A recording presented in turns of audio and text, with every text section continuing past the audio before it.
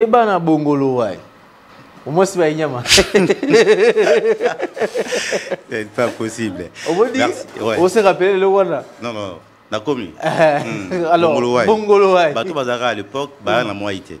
Je sais pas si Michel a commis. Michel comité. Michel comité. Moi génération là, et génération je pense que c'est Wenger.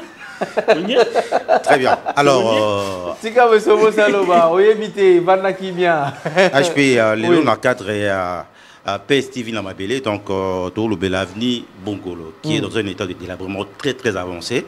On avait pensé à cette avenue, donc tout ça qui est en l'aube Naboutou, parce que oui, on avait essayé de réfléchir dernièrement avec vous par rapport à la réalité. Carrefour et Belé, on a Kinshasa, la plupart des cas sont salité. Donc, eux, ils ont propre, tous au magasin. Tu as le Bongolo, n'est commis. Donc,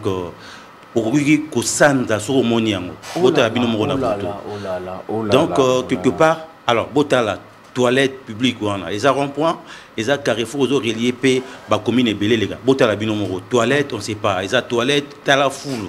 Donc, c'est-à-dire, Bongolo, ils ont abandonné.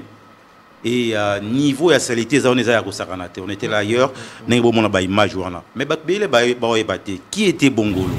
Bongolo, donc Henri Bongolo, ancien sergent de la force publique congolaise, fut le tout premier chef de la cité indigène de la ville de Léopoldville à l'époque. C'est pourquoi Pessara Kombo on a Bongolo pour honorer, parce que il a été même décoré à l'époque avec Papa Bolikango et tout, président Kassavubu. Mais ça, Motalo Kumu, oh Basala, moi Mingi, Bundara pe guerre à deuxième guerre mondiale, Baza parmi Basouda, oh Bakene ko représenter Zaïg na ba pays Moussous. Yango ba honora qui va pesa qui avenue wana Bongolo. Mais avenue Bongolo les autres ça la Sony Makas n'a été commis. Donc ils en état moko oyo. Surtout rond-point Oyo, mais ils sont méconnaissables parce que rond-point Oyo, ils ont faire croiser l'avenue université. Justement. Na avenue Bongolo et Moko. Na avenue Bongolo et Moko et puis prolongement na yango 7e rue. 7e rue. Donc place na obabenga yolo médical, mingi yolo médical. Ils ont qui référence à HP, qui référence parce qu'ils ont qui place Moko qui très propre.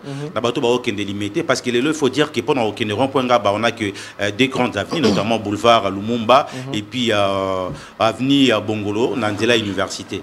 Mais bota bino on était commis et beaucoup de gens avaient pensé que tant que qui pont il y a Bongolo, ben qui va prolonger, tu vas comme à la place où on a Bongisa, mais les lois a délaissé, Taïzali. Ce qui est commis 18h et commis à 18h30 embouteillage, mon réseau avant la Rosaranate. Embouteillage Rosaranate, surtout Bosoto, on a donc les obimisa sous le Rosaranate. Et on avait vu des gens qui boivent ma banga comme d'habitude, et on avait pensé qu'il y avait ça, mais après, Baboa qui bâtit, on ne sait pas, Mbongo bimite, est-ce que ça,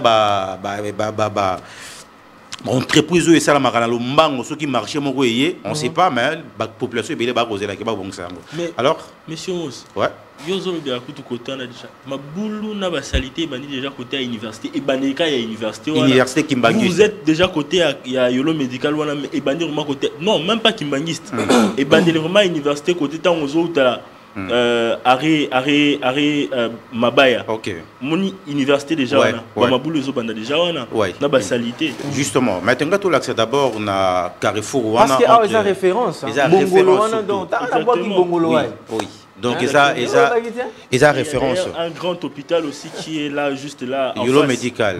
Bien qu'il y ait des hôpitaux moraux privés mais il y a la population belée et puis voilà. Donc c'est vraiment déplorable qu'il y ait aussi un gouverneur de la ville a vraiment mis côté à mis côté wana. Mais HP toujours qui population bazala qui nzinga wana ba na micro na biso.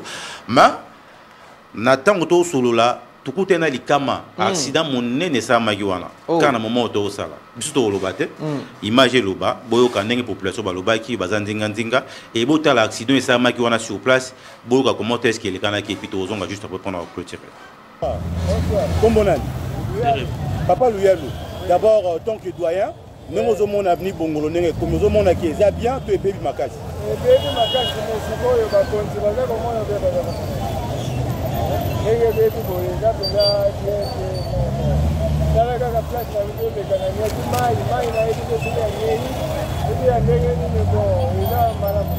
mais Bongolo est qui a venu il y a le coup il y a honneur oui il y a le coup comme ça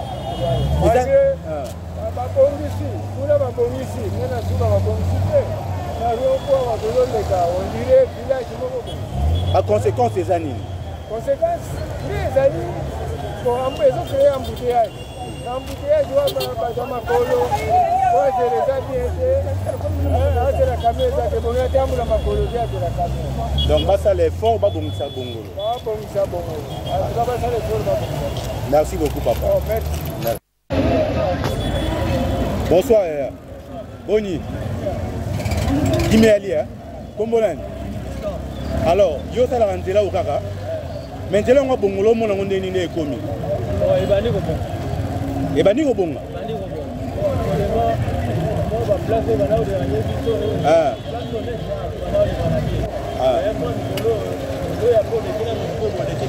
Ah, ne va boire qui m'a ma banque, bon, c'est bien. Mais moi, va bien bouger de la gamme à casse. Oui, à ma casse. Si vous aux autres, c'est un nini pour vous ma moto, et l'on est aux autres, c'est un la. Dans la caméra, la biseau. C'est bon, on va bouger spécial. Ah bon, ça bon. En tout cas, merci beaucoup.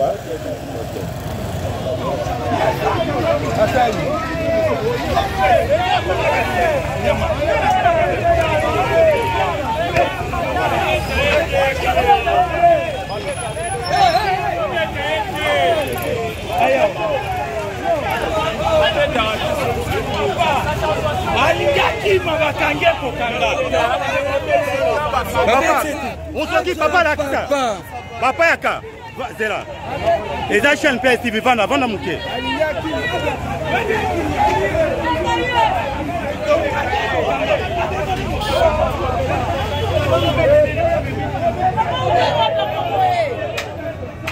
la kisa a tout est makasi